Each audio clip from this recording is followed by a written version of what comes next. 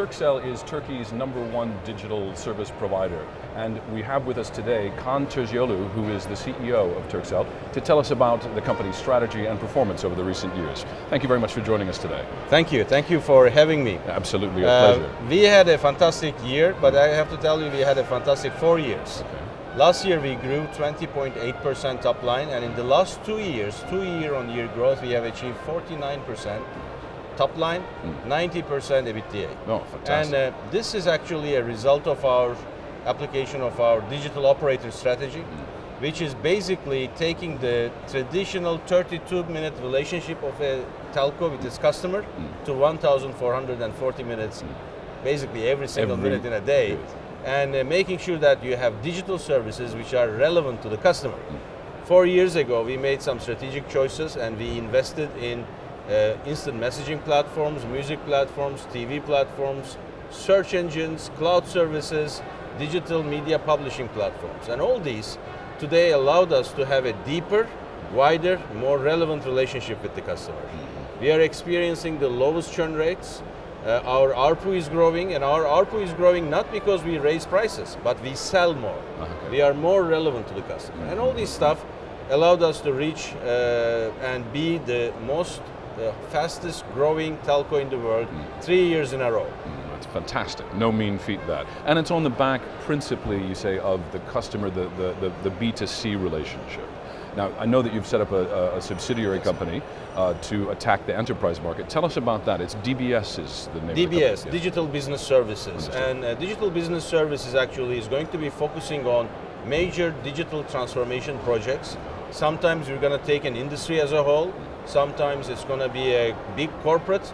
And sometimes it's going to be small and mid-sized enterprises getting service from our cloud services.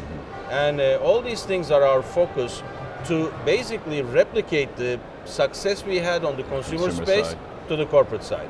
And you're going to see us coming up very innovative corporate business solutions, digital solutions that are going to change the productivity dynamics in the industries. This is really exciting because as we get closer 5G, it opens us enormous amount of opportunities. How did you know that I was going to ask that next about 5G?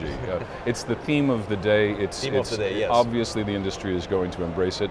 What is your go-to-market strategy, and when are you looking at launching that? Sure. Sometime sooner rather than later.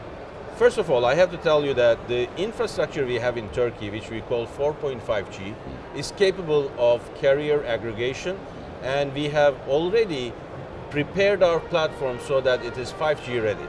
And April the 1st, we're going to be launching 5G with Huawei as our first pseudo commercial offer. And this will practically mean that as the government will allocate the spectrum over the next maybe 1-2 years, we're going to make that offer really commercial scale.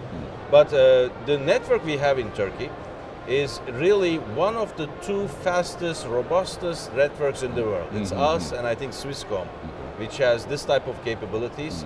It's state of the art, and we can reach up to 1.2 gigabits per second, performance even today. Wow. So we are 5G ready, and April the 1st is big time for us. We're going to have 5G deployed on our existing spectrum. That means we will be able to, offer it to customers in certain areas.